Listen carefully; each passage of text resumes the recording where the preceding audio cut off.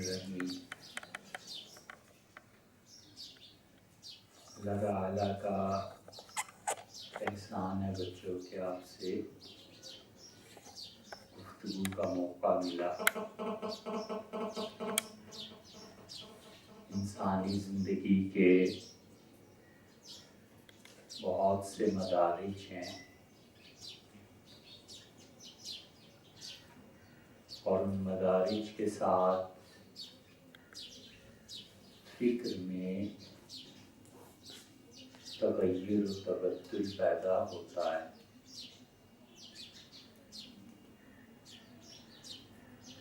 انسان اپنے بچپن میں جن چیزوں کو بہت محبوب سمجھتا ہے اور ان اشیاء کے متعلق انہماک قائم ہو جاتا ہے، کچھ عرصے کے بعد وہی اشیاء اپنی قدر کھو دیتی ہیں۔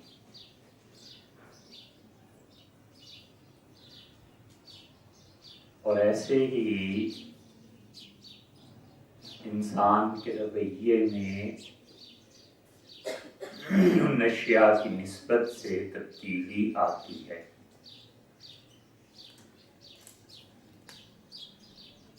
ممکن ہے آپ میں سے کچھ بچیاں ایسی ہوں جنہوں نے اپنا بچپن گڑیا کی سنگت میں گزارا ہو اور اس وقت آپ کے لیے پوری کائنات وہی تھی، اور بھائی نے بہن نے کبھی اپنی غلطی سے بھی نظروں سے اوجھل ہو گئی یا انہوں نے شرارت کی تو پورے گھر میں ایک قیامت برپا ہو گئی۔ اب آپ پلٹ کے اس لمحے کو سوچئے تو خود اپنے ہی کاموں پہ ہنسی آتی اور معصومیت بھی یاد آتی ہے، بھولا پن بھی یاد آتا ہے، اور کبھی اپنی حماقت پہ ہنسی آتی ہے کہ میں کیسے سوچتی تھی۔ اور آج آپ دیکھیے جو چیزیں آپ کے قبضے میں ہیں اور جس کے لیے ساری زندگی کی محنت اور صلاحیتیں کھپ رہی ہیں، اس کی کیا گارنٹی ہے کہ یہ چیز آپ کے قبضے میں آ جائے تو پھر خدا آپ کو 20 سال اور عمر دے اور پھر آپ سوچیں تو آپ اس نتیجے پہ پہنچیں کہ ہر شے قریب آ کے قدر اپنی کھو گئی۔ لیکن بچوں اس موقع پہ پہنچ کے ٹرن دینا ہوتا ہے، اور یہ ضروری ہوتا ہے کہ انسان اپنے رویوں پر غور کرے اور دو باتیں ایسی ہیں کہ انسان اپنے رویے کو مختلف اقدار کو سورج کی روشنی کی طرح بالکل واضح اور نمایاں طور پر دیکھتا اور سوچتا ہے تو وہ صحیح راہ پر قائم رہتا ہے۔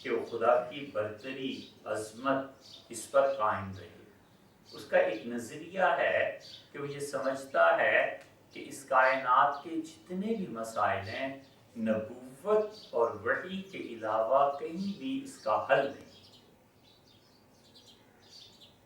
ایک آدمی کا یہ نظریہ ہے کہ نبوت کے علاوہ اس کائنات میں جتنے بھی مسائل ہیں فرد سے لے کر حکومت کی سطح تک ان کا حل وحی کے علاوہ کچھ نہیں ہے. اب اس نظریے پہ وہ سوچے گا، اس نظریے پہ بات کرے گا، اس نظریے کے مطابق وہ پڑھے گا اور عمر اس کی اس نظریے پہ گزرے گی.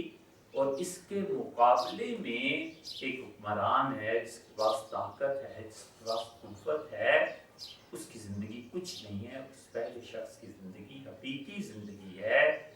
اور بچوں، یہ چیز ہم میں سے کسی کو بھی حاصل ہو سکتی ہے اور اقتدار شاید کسی کو بھی حاصل نہ ہو سکے. تو اس لیے ان چیزوں کے لیے وقت صرف کرنا جو تبدیلی نہیں لا سکتی اور ان چیزوں کو چھوڑ دینا جو اپنے اختیار میں ہیں، یہ حاصل کی ناقدری اور فضول لا حاصل کے لیے مگن ہونا. شاید آپ کی سطح سے یہ بات بلند ہو گئی. اس کو اور سلجھا لیتے. ہم اگر آپ سے یہ پوچھیں کہ عباسی خلفاء کتنے گزرے تو ایک بچی بھی ایسے نہیں ہے جو ہمیں بتا سکے کہ بنو عباس کی حکومت کتنی تھی. اس کی وجہ یہ نہیں ہے کہ آپ کو پڑھنے کے اسباب، ذرائع اور وسائل میسر ہیں. اس کی وجہ یہ ہے آپ نے مطالعہ نہیں کیا.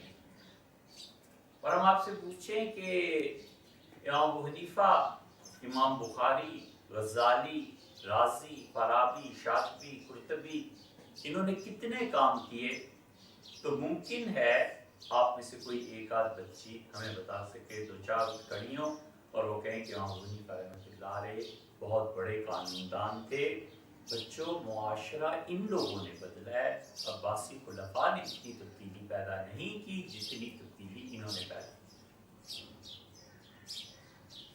ہم ایک ایسی مثال دیتے ہیں جو اچانک ذہن میں آئی آپ کی طلب کی برکت سے، اور آپ سے فوراً سمجھ جائیں گے. جتنی تبدیلی اس ملک میں لیاقت علی خان، ایوب، جنرل ضیاء الحق اور بھٹو انہوں نے پیدا کی ہوگی، اس سے کہیں بڑی تبدیلی، یہ ساری تبدیلیاں جتنے حکمران اور قوت نافذہ کی ایک طرف رکھ دیں اور پلڑے میں تولیں، ان سب سے بڑھ کر تبدیلی ہمارے معاشرے میں، ہماری زندگیوں میں فرد کی سطح سے لے کے اوپر تک ڈاکٹر عبدالقدیر نے پیدا کی. آپ سمجھ نہیں آئے؟ ڈاکٹر عبدالقدیر نے جو تبدیلی پیدا کی ہے، ایوب خان نے، اس کی فکر اور اس کا نظریہ یا جس چیز پہ اس نے کام کیا ہے، یہ وہ چیزیں ہیں جو معاشروں کو تبدیل کرتی ہیں، یہ وہ چیزیں ہیں جو قوموں کو تبدیل کرتی ہیں. ہم اس کے مقابلے میں پورے حکمرانوں کو لے لیں تو وہ آئے اور چلے گئے، انہوں نے اچھا کیا یا برا کیا، ہر ایک کی کچھ اچھائیاں ہیں، کچھ برائیاں ہیں، لیکن ڈاکٹر عبدالقدیر کا نام وہ لوگوں کے ذہنوں میں پیوست ہے، وہ رہے گا. اس لیے کہ اس آدمی نے ایک کام ایسا کیا ہے جو کام اگرچہ اس میں آپ اختلاف کر سکتے ہیں کہ وہ قوموں کی تباہی کے لیے ہے یا یہ کہ آپ کی قوم کو اور آپ کے ملک کو بچانے کے لیے. یہ ملک سلامت ہے، قائم ہے تو ہم قائم ہیں، یہ ملک ہے تو ہم سب زندہ ہیں. اگر یہ خدا نہ خواستہ نہ رہے پھر پتہ چل جائے بچوں کہ معاشروں میں کیا ہوتا ہے. عالم اسلام میں سوائے مغرب اقصی کے باقی شاید بھی کوئی ملک ہو جو ہم نے نہ دیکھا. ایران، دبئی، سعودیہ، یمن، شام، عراق، کس ملک کا آپ کو بتائیں کہ ہم وہاں گئے، ہم نے وہاں پہ خطاب بھی کیا، لوگوں سے بات چیت بھی کی، ان کے معاشروں کو بڑی قریب سے دیکھا، بہت قریب سے دیکھا. آپ یقین مانیے کہ ہم سب کچھ نالائکیاں جو بھی ہم میں ہیں، اس کے باوجود دنیا میں اب بھی ہم سب سے برتر ہیں، ہماری قوم سب سے برتر ہے۔ اللہ کا شکر ہے کہ ہم نے اب تک وہ خوبیاں پائی جاتی ہیں جو عالم اسلام میں آہستہ آہستہ مفقود ہوتی چلی گئیں، اور ہم نے اب تک علم کی وہ روح اور جستجو باقی ہے جس سے آہستہ آہستہ سارے لوگ اور ساری اقوام ہاتھ دھو گئے کہ پوری ذمہ داری سے کہہ رہے ہیں ایسے ہی نہیں۔ اس لیے بچوں، جو چیز حاصل ہے آپ کو نظریات کی زندگی، جتنی تبدیلی اس ملک میں قانون دان نے، آئین مرتب کرنے والوں نے، جنہوں نے اس آئین کو لکھا انہوں نے کی، اتنی حکمران نہیں کر سکتے۔ دونوں چیزوں میں بڑا فرق ہو جاتا ہے۔ امام غزالی نے معاشرے میں تبدیلی پیدا کی۔ ہم آپ کو اس کی ایک اور آسان سی مثال دیں، پرتھوی راج پورے ہندوستان کے جتنے ہندو حکمران تھے اور جتنے مسلمان حکمران تھے، وہ معاشرے میں کتنی تبدیلی لا سکے، اور اس کے مقابلے میں حضرت خواجہ معین الدین چشتی اجمیری رحمۃ اللہ علیہ نے جتنی تبدیلی اس معاشرے میں پیدا کی، نظام الدین اولیاء رحمۃ اللہ علیہ نے جتنی تبدیلی پیدا کی، یہ بڑے بڑے صوفی حضرات جو آئے اور انہوں نے اس معاشرے کی جتنی خدمت کی، حکمران اتنا کچھ نہیں کر سکے۔ اس لیے جو چیز آپ کو حاصل ہے، نظریات حاصل ہیں، مطالعہ حاصل ہے، آپ زندگی کی منہج قائم کر سکتی ہیں، یہ آپ کو حاصل ہے۔ آپ سائنس پہ محنت کر سکتی ہیں، یہ آپ کو حاصل ہے۔ آپ اس کی فکر نہ کریں اور اس کی فکر کریں کہ MBA بن جائیں اور MNA بن جائیں اور کونسلر بن جائیں اور یہ کر لیں اور یہ کر لیں۔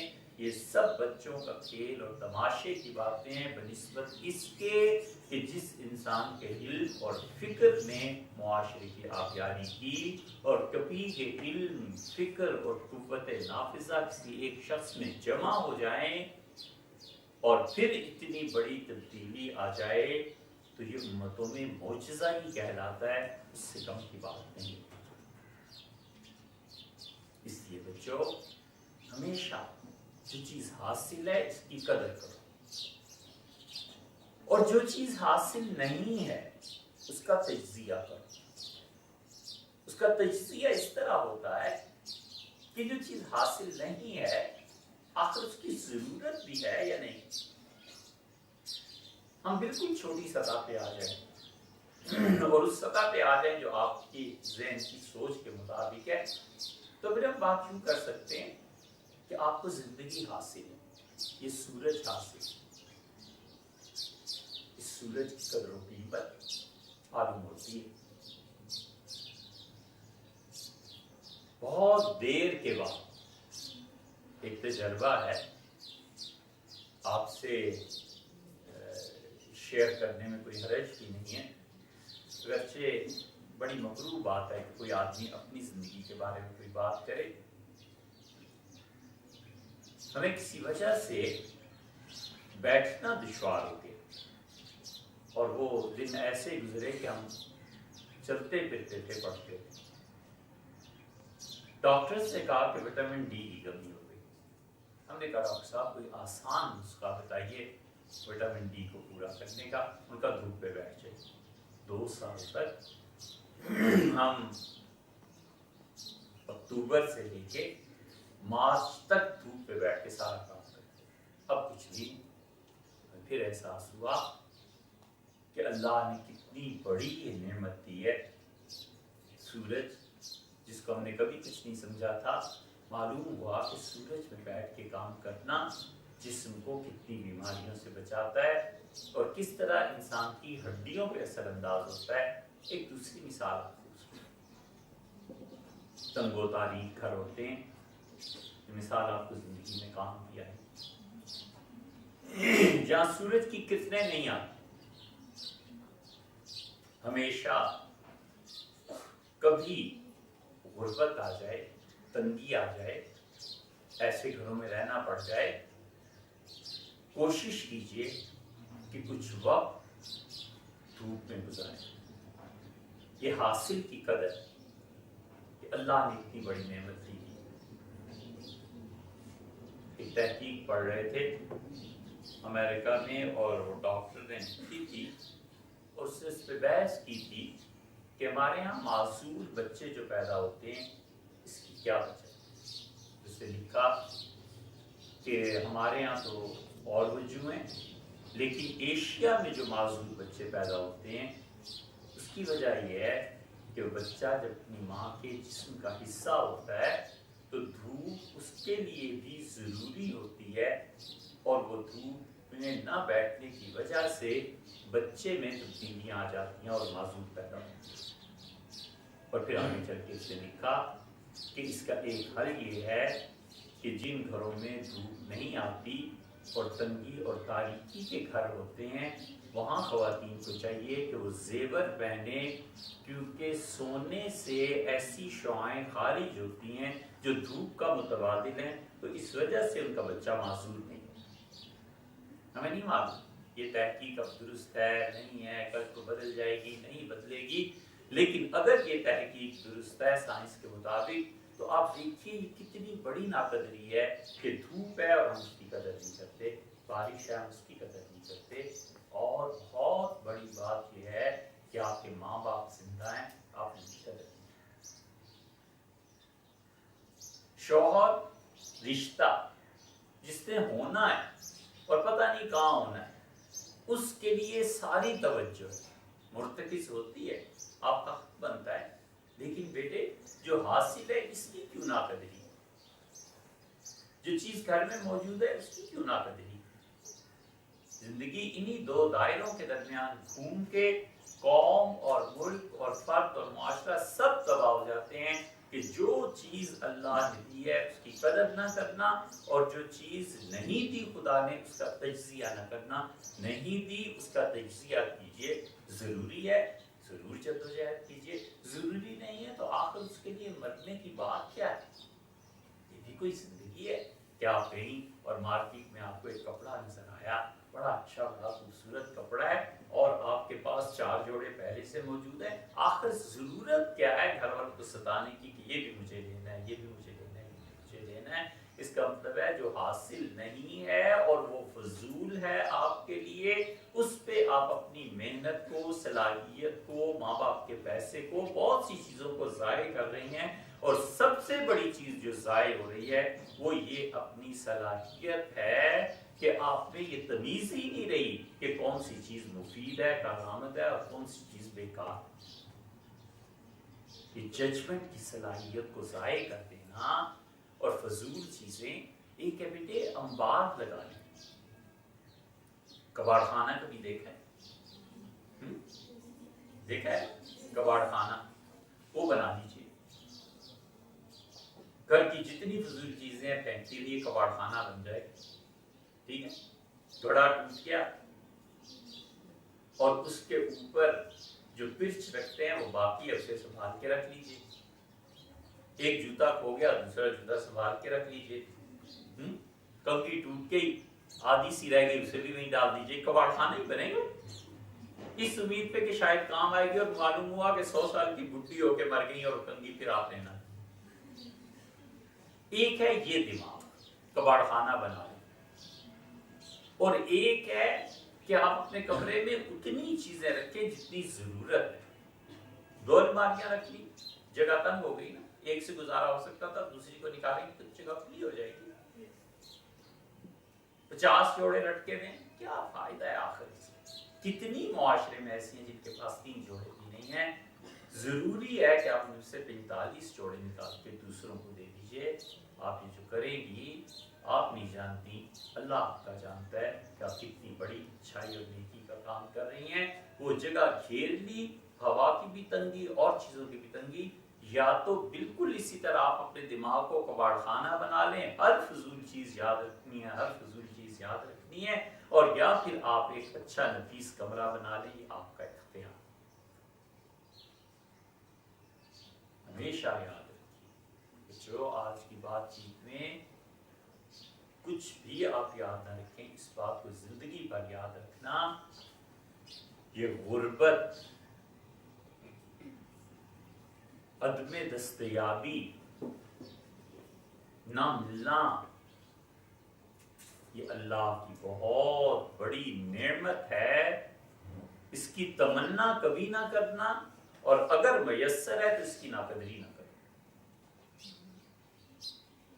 یہ غربت، یہ پیسوں کا کم ہونا، یہ ضروریات زندگی کا پورا نہ ہونا، یہ کرائے کا مکان، یہ سردی اور گرمی کا لباس پورا نہ ہونا، یہ بچوں خدا کی بہت بڑی نعمت ہے. کبھی اس کی تمنا نہ کرنا، لیکن اگر ہو تو اس کی ناقدری بھی نہ کرو. یہ غربت اور چیزوں کا پورا نہ ہونا، اس کا روشن پہلو ہمیشہ دیکھو. یہ بڑا اسٹرانگ موور ہے جو اللہ نے آپ کو ترقی کے لیے دیا. آپ اس بیس پہ ترقی کر سکتی ہیں. اگر آپ کو ہم نے مانا کہ کم خواب کا بستر بھی میسر ہے، ہم نے مانا آپ کو گاڑی بھی میسر ہے، ہم نے مانا کہ آپ کا پاؤں قالین کے علاوہ کسی پہ ٹکتا نہیں، اور ہم نے مانا کہ 100 جوڑے بھی آپ کے پاس ہیں، اور ہم نے مانا کہ آپ کا بینک بیلنس بھی ہے. اس سب کے باوجود اگر یہ چیزیں ہیں نا، پھر ماں باپ کو کہنا پڑے گا کہ سوچا کرو، انسان بنو، محنت کرو، پڑھو پڑھو پڑھو پڑھو. لیکن اگر غربت ہے نا تو کسی کو کچھ کہنے کی ضرورت نہیں. اس بچے کو اگر صرف یہ احساس دلا دیا جائے کہ بیٹے آپ نے خود اپنے بل بوتے پہ اٹھ کے اپنی تقدیر کو بدلنا ہے، بس یہ اتنا اسٹرانگ موور ہے اس کے اندر کہ کسی کی ضرورت ہی نہیں ہے. وہ بچی خود 50 سال کے بعد اپنی تقدیر بدل کے دکھا دیتی ہے کہ میں غربت میں نے جنم لیا تھا، میرے پاس پڑھنے کے لیے کتاب نہیں ہوتی تھی، اور آج میری اولاد، میرا خاندان دیکھو کس مقام پر. تمنا اس لیے کبھی اس حال کی نہیں کرتے کہ خدا سے ہمیشہ خیر مانگنی چاہیے. اس کے بڑے برے پہلو بھی ہیں، لیکن آپ چاہیں ہم دیکھتے رہتے ہیں. یہ جتنے امیرزادے اور امیرزادیاں ہیں نا، اور یہ جتنے ملینرز اور بلینرز ہیں، ان کے بچوں کے اخلاقیات کو دیکھو، منہ پھیر لینے کو اور تھوک دینے کو جی جاتا ہے. اتنے بد کردار اور اتنے گھٹیا اخلاق کے ہوتے ہیں. سب سے بڑی چیز بیٹے ان میں تکبر پایا جاتا ہے، اور تکبر اتنی بڑی ماں ہے اخلاقی امراض کی کہ اس کا کوئی بچہ شرک سے خالی نہیں. یہ تکبر اتنی بڑی مرض ہے، اتنا بڑا مرض ہے روح کا، کہ اس تکبر کا کوئی بچہ ایسا نہیں ہے جو شرک سے خالی ہو. ہر ایک کی لائن جا کر خدا کے ساتھ شراکت سے ملتی ہے. اس لیے بچوں، یہ جو بڑے بڑے لوگ ہوتے ہیں نا، ان بچوں کو بڑا سمجھانا پڑتا ہے، بات کرنی پڑتی ہے. غربت بڑا اسٹرانگ موور ہے، بڑی دیر سے سمجھ میں آتی ہے بات، لیکن کوئی سمجھانے کی ضرورت ہی نہیں ہوتی، صرف روشن پہلو اس کا دیکھنا. اس لیے آپ سے ایک بات جو کہنی تھی، ہمیشہ حاصل کی قدر کرو. جو چیز حاصل ہے نا، اس کی قدر کرو، اور جو حاصل نہیں ہے اس کا ہمیشہ تجزیہ کرو. اور کبھی بھی انسان اپنی طبیعت کو عقل پہ غالب نہیں کرتا. بیٹے انسان کی طبیعت صرف اتنا بتاتی ہے کہ یہ چیز خوشگوار ہے یا ناگوار، بس. اس سے زیادہ طبیعت کچھ نہیں جانتی. طبیعت کچھ نہیں جانتی اس میں نفع ہے کہ نقصان. آپ گئی اور آپ نے ایک بہت اچھا کپڑا دیکھا مارکیٹ میں، طبیعت کہتی ہے یہ رنگ اچھا ہے. عقل کیا کہتی ہے؟ وہ بات کی بات. طبیعت کہتی ہے کہ سمندر کی لہریں جو اٹھ رہی ہیں کیا خوبصورت ہیں، کیا اچھی ہیں، جی چاہتا ہے کہ میں ڈوب جائے، لگائیے چھلانگ پتہ چل جائے. ایسے ہی ہوتا ہے انسان کی طبیعت. بچہ لپکتا ہے شعلے کی طرف. انسانی طبیعت صرف اتنا بتاتی ہے یہ چیز خوشگوار ہے یا ناگوار. اس کے بعد عقل فیصلہ کرتی ہے کہ یہ چیز نفع دیتی ہے یا نقصان دیتی ہے. یہاں پہنچ کے انسانی طبیعت اور عقل دونوں ایک دوسرے سے لڑتی ہیں یا موافق ہو جاتی ہیں. اور اگر وہ موافق ہو جاتی ہیں تو انسان اچھی زندگی گزار لیتا ہے.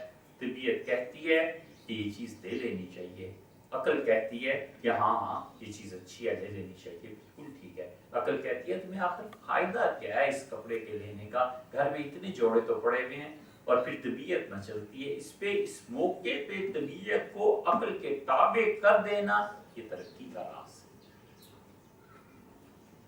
طبیعت چاہتی ہے کہ جا کر باہر بارش میں کھڑے ہو جائیں، ایسا برساؤ ہے کہ دل چاہتا ہے کہ کھڑے رہے۔ عقل کہتی ہے کہ کل صبح کالج جانا ہے، اسکول جانا ہے، یہ اگر بخار ہو گیا تو پھر پتا چلتا ہے کوئی بے وقوف جو بارش میں جا کر کھڑا ہو جائے، بھیگنے کے بعد پھر جو اس کے نتائج بھگتتے ہیں۔ اچھا اس سے آسان مثال دیں، طبیعت چاہتی ہے کسی کھٹی چیز کو کھا لیں، معلوم نہیں اب بچے ایسے ہیں یا نہیں، لیکن پہلے بچیاں ایسی ہوتی تھی، املی کھانے کا شوق ہوتا تھا، معلوم نہیں اب ہوتا ہے یا نہیں ہوتا، ہمیں نہیں معلوم، اب ہم معاشرے سے بہت کٹ گئے بیٹے۔ لیکن اس کو کوئی سمجھائے، ماں سمجھاتی ہے نا کہ گلا پکڑ کے بیٹھ جاؤ، یہ آپ کی سطح کی مثال ہے۔ تو اگر طبیعت میں آ جائے کہ ایسی چیز کھانی ہے اور عقل کہے کہ گلے کا کیا بنے گا، اس وقت عقل کی بات مان لینا ہی حقیقت میں ترقی ہے۔ طبیعت کی بات نہیں ماننی چاہیے۔ جو شخص اپنی طبیعت کو لگام نہیں دیتا اور وہ عقل پہ غالب آ جاتی ہے، نتیجہ یہ کہ تباہی بھی جاتی ہے۔ یہاں تک یہ اگلی بات، یہ شاید آپ کے کام کی ممکن ہے ہو، ممکن ہے نہ ہو، لیکن کہہ دیتے ہیں بہرحال، یہاں تک بیٹے کافر اور مومن سب برابر ہوتے ہیں، کافر اور مومن سب برابر ہوتے ہیں۔ عقل اور طبیعت دونوں راضی ہوں کہ یہ چیز ٹھیک ہے، کر گزرنی چاہیے، یہ فعل ٹھیک ہے، کوئی حرج نہیں ہے۔ دنیا کی ساری اکانومی آج کی اسی اصول پہ چل رہی ہے۔ مومن آدمی یہاں پہنچ کے رک جاتا ہے، کہتا ہے، عقل میں بھی آتا ہے کہ بینک سے نفع لینا پیسہ زیادہ ہو جائے گا، عقل میں یہ بات بھی آتی ہے، طبیعت بھی چاہتی ہے، ضرورت بھی ہے۔ مومن کہتا ہے کہ اوپر وہی ہے، عقل سے بھی وہی کہتی ہے مت لو، میری عقل اور طبیعت دونوں جائیں بھاڑ میں، وہی کی بات ماننا ضروری ہے۔ کافر کے لیے وہی کوئی اہمیت نہیں رکھتی، لہٰذا دنیا میں وہ کام کر رہا ہے اور چاہیے۔ یہاں پہنچ کے مومن اور کافر میں فرق پتہ چلتا ہے کہ طبیعت بھی چاہے، سود کی مثال لے لو، اور دیسی مثالیں آپ سوچ سکتی ہیں، سود میں طبیعت بھی چاہتی ہے آدمی کی، پیسہ کسی کو اچھا نہیں لگتا، اور اس کے بعد عقل کہتی ہے کہ پیسہ آئے گا، وہی کہتی ہے مت لو۔ یہاں پہنچ کے مومن اور کافر کی طبیعت کا فرق پتہ چلتا ہے۔ اور دوسری چیز بیٹے کہنی چاہیے تھی، کہیں گے 5 منٹ میں، دیکھیں ناکامی پہ بیٹے اپنے آپ سے انتقام لینا یہ کبھی نہ کرنا، کبھی نہیں کرنا، ٹھیک ہے؟ بس اتنی ناکامی پہ اپنے آپ سے انتقام لینا کہ اس چیز میں ناکام ہو گئی ہوں، لہٰذا اس کا انتقام اپنے آپ سے لوں۔ میں ہمیشہ سچ بولتی رہی ہوں، اس سچ نے آج یہ دن دکھایا ہے، دیکھو اب میں جھوٹ بول کے تمہیں دکھاؤں گی، یہ اپنے آپ سے انتقام لے۔ اب یقین مانیں، اپنے آپ سے انتقام لے کے خدا کی اس خدائی میں ذرہ برابر فرق نہیں پڑنا، آپ خود ماری جائیں، خود تباہ ہو جاتا ہے آدمی۔ کبھی اپنے آپ سے انتقام نہیں، ہمیشہ صحیح چیز کی پیروی کرنی چاہیے، کبھی اپنے آپ سے انتقام نہیں لینا چاہیے کہ اس قسم کے جذبات جو مچلتے ہیں نا کہ میں یہ کر کے دکھاؤں گی اور یہ ہو کر رہے گا، یہ بڑی خراب چیز ہے۔ ایک خاتون کسی وجہ سے تشریف لائیں اور انہوں نے ایک لیٹر دیا، پڑھا تو اس میں لکھا تھا کہ زندگی کی آخری تحریر ہے اور اس کے بعد مجھے مر جانا ہے، تو میں اس لیے آئی ہوں کہ آپ ہمارا جنازہ پڑھا۔ پڑھتے رہے، پوچھا کیا مسئلہ ہے، انہوں نے ظاہرہ رونا شروع کر دیا. تو ہم نے جو باتیں کہیں، ہم نے کبھی بھی وہ اللہ تعالیٰ کی بھی بڑی شکایتیں کی، خدا نے ایسے کیا، خدا نے ہم نے کبھی بھی خدا تو پہلے بھی خدائی کر رہا تھا آپ کے آنے سے پہلے بھی، جب آپ دنیا میں نہیں تھے، جب آپ نہیں ہوں گی تب بھی اس نے خدائی کرنی ہے. یہ جو آپ 50-60 سال کے لیے آئی ہیں نا، کوئی نباہ کر لیں اللہ سے، فائدہ ہی رہے. ساری باتیں اپنے آپ سے انتقام کی، میں یہ کروں میں یہ کروں، اس کی انتہا خودکشی. بیٹے دوسرے کو قتل کر دینا اتنا بڑا جرم نہیں ہے جتنا اپنے آپ کو خود مار دینا جرم. کبھی بھی اپنے آپ سے انتقام نہیں لیتے، اس لیے کہ آپ خود اپنے مالک نہیں ہیں. آپ کی صلاحیتیں کسی اور نے دی ہیں، آپ کو زندگی کسی اور نے دی ہے، آپ کی چیزیں کسی اور نے دی ہیں، آپ کسی اور کی کائنات میں رہ رہے ہیں. یہ سورج، چاند، ستارے، موسم، ماں باپ، رشتہ دار، عزیز، یہ سب چیزیں کسی اور نے آپ کو پرووائڈ کی. ان میں سے کوئی چیز آپ کی ذاتی نہیں ہے. کیا چیز آپ کی ذاتی؟ ایک لے دے کے خدا نے ذرا سا آپ کو اختیار اپنی ذات پہ دیا تھا، آپ نے اس سے بھی بدلے لینے شروع کر دیا. آپ نے کیا کبھی اپنے آپ سے انتقام؟ اس انتقام کا آغاز ہوتا ہے رونے سے اور انتہا ہو جاتی ہے خودکشی پہ پہنچ کے. یہ کام کبھی نہیں کیا. کیوں رونا؟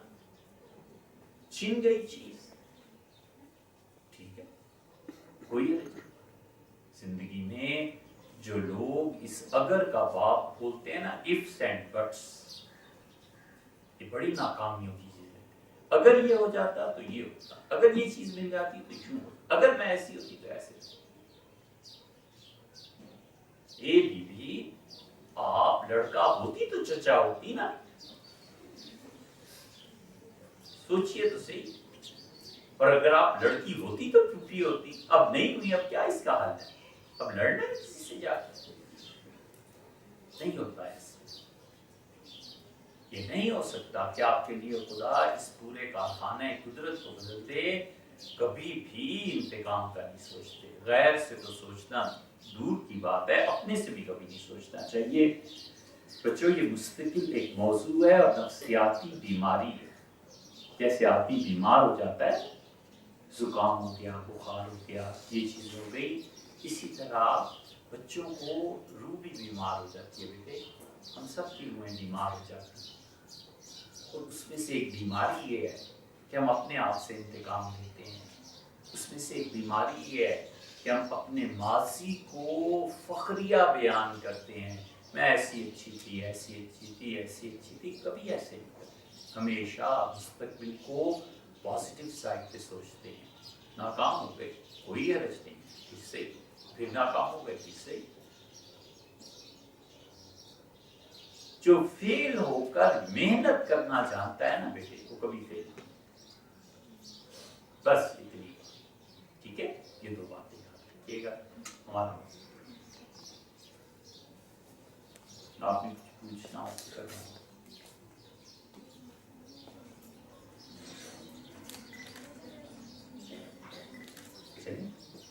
کچھ پوچھنا ہو تو بیٹے کہیے.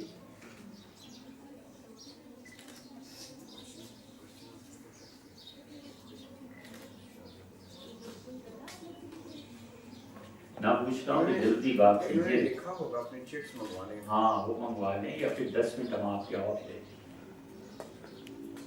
نہ کچھ پوچھنا ہو تو جلدی بتائیے تاکہ ہم آپ کو 10 منٹ میں اور تشریح کر کے بتائیں کہ اپنے سے انتقام کی کیا صورتیں ہوتی ہیں. 10 منٹ اور بات کر لیں. دیکھیں بیٹے اپنے سے انتقام کی یہ صورتیں ہوتی ہیں. منفی رویہ، دوسرے کے رویے پہ غور کیے بغیر اپنی قوت کا استعمال، بہت خراب بات. ہمیشہ دوسرے کے موقف کو سمجھنے کی کوشش کیجیے اور اپنے موقف کو بھی واضح طور پہ پھر سوچئے کہ کس کا موقف برتر ہے. جذبات سے ہٹ کے اپنی بات پہ اصرار کیے جانا اور دوسرے کے موقف پہ غور نہ کرنا اور پھر اپنے سے ہی فیصلہ کر دینا کہ ساری دنیا بے وقوف ہے، بس عقل مند ایک میں ہی ہوں ماشاءاللہ، اور سب لوگ غلط سوچتے ہیں کہ ماشاءاللہ میں ہی صحیح سوچتی ہوں۔ ایسے زندگی نہیں گزرتی، ناکامیاں ہوتی، وقت ایسا باندھ کے مارتا ہے، ایسا باندھ کے مارتا ہے وقت کہ اچھوں کے ہوش ٹھکانے آ جاتے ہیں۔ بیٹے کبھی بھی قابل عبرت نہ بنو، ہمیشہ دوسروں کو دیکھ کے سبق حاصل کرو اور اپنی زندگی کو اس سے بچاؤ کہ دوسرے لوگ تمہیں دیکھ کے سبق حاصل کریں۔ یہ جو لوگ بہت زیادہ، حد سے زیادہ ہر ایک کی بات کو ریجیکٹ کرنا، کسی پہ غور نہ کرنا ایسے کرتے ہیں، اس کے نتیجے میں کیا ہوتا ہے بیٹے؟ اللہ کے قوانین اپنا فیصلہ نافذ کرتے ہیں اور وہ نفاذ اس شدت سے ہوتا ہے کہ بے بس ہو جاتا ہے۔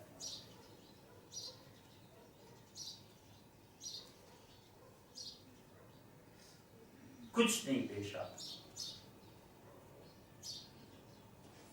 بحر الکاہل جتنا گہرا ہے اس سے زیادہ گہری یہ حقیقت ہے کہ جو شخص فطرت کے قوانین کو توڑے گا، وقت اسے باندھ کے ایسے مارے گا کہ دوسرے دیکھ کے عبرت حاصل کریں گے کہ یہ ہے ناکام۔ کبھی فطرت سے ٹکر نہیں دیتی، کبھی ایسے نہیں ہوتا کہ اللہ اپنے سارے قوانین آپ کے لیے بدل دے۔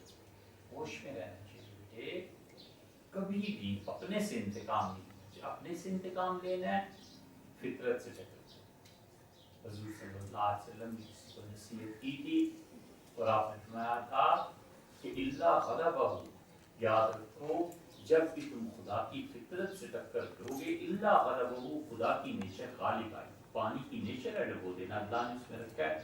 آگ کی نیچر خدا نے متعین کی ہے جلا دینا۔ اب آدمی اس سے ٹکر لینے لگے، نہیں ہو سکتا۔ نیچر اپنے قوانین کو نافذ کر کے رہتی ہے، بالکل اسی طرح روح بیمار ہو جاتا ہے۔ افسوس ایک حد تک، خوشی ایک حد تک، بس اس سے زیادہ نہیں۔ ہر موقع پہ منفی رویہ، دوسرے کے موقف کو سنے بغیر اپنے موقف کو نافذ کرنے کی کوشش۔ آپ نے کبھی سوچا آپ کو غصہ کیوں آتا ہے؟ اسی لیے آتا ہے نا کہ آپ کی بات نہیں مانی گئی اور آپ اپنی بات منوانا چاہتے ہیں۔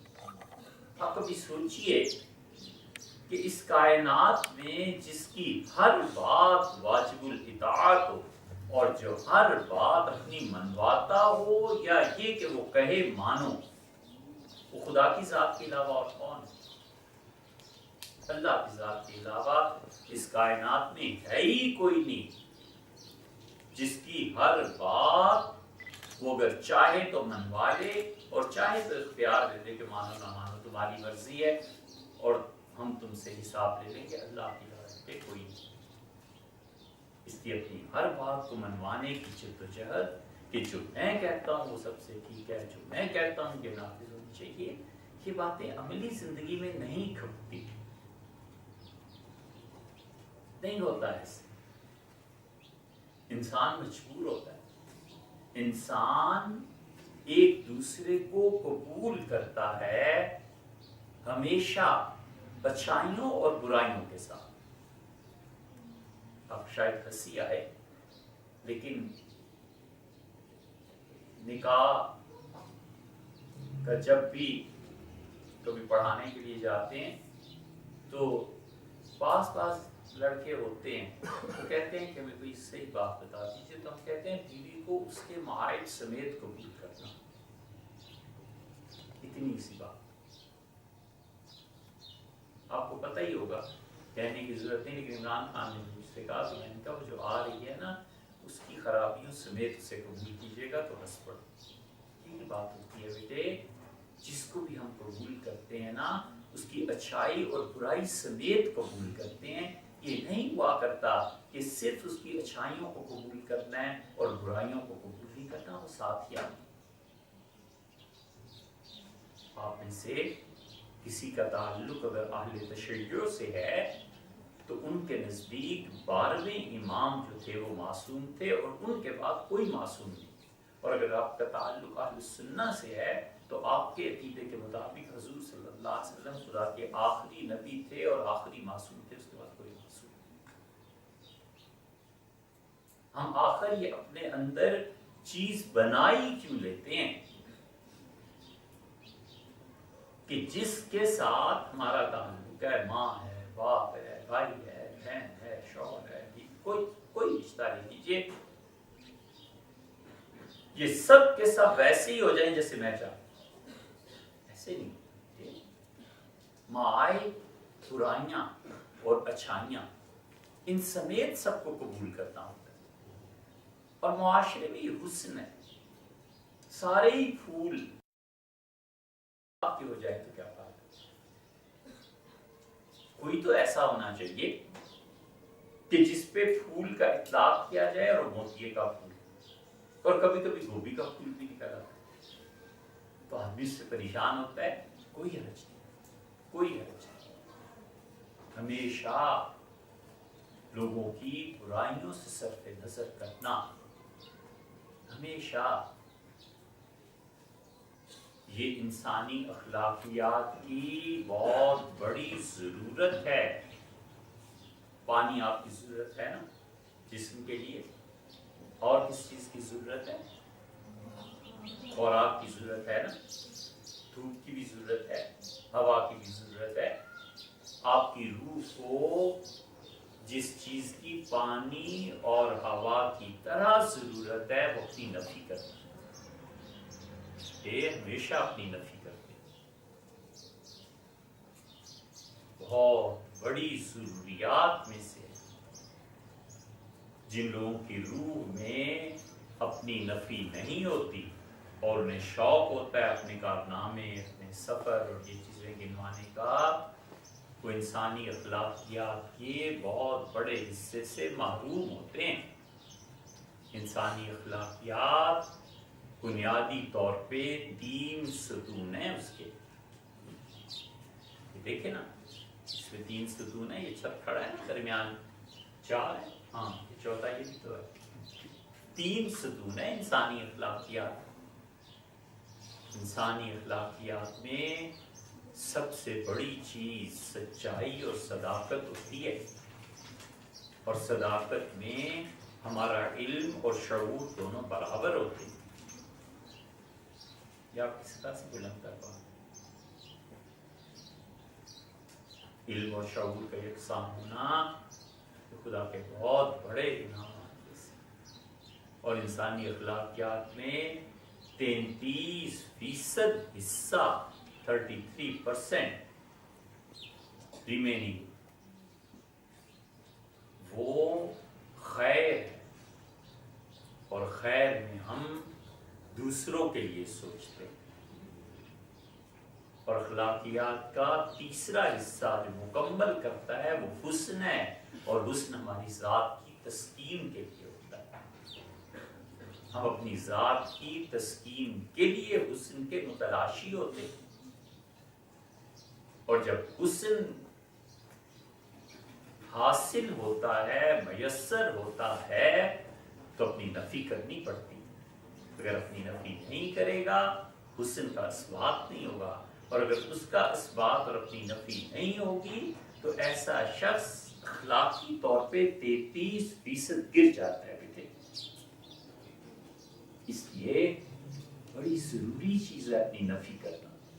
جب آپ نفی کرتے ہیں اپنی، تو اس کا آٹومیٹیکلی نتیجہ یہ نکلتا ہے کہ اختلاف کم ہو جاتا ہے، لڑائی کم ہو جاتی ہے، اور جب اپنی ذات میں مگن ہو جاتے ہیں تو پھر حسن کا بھی اثبات نہیں رہتا اور دوسرے کے لیے خیر بھی نہیں رہتی۔ کہ بات شاید آپ کی سوچ سے بلند تر ہو، لیکن ممکن آپ کو یاد رہے اور کل کوئی اور اس پتھر کی عمارت تعمیر کر سکے۔ اجازت دیجیے، سلام۔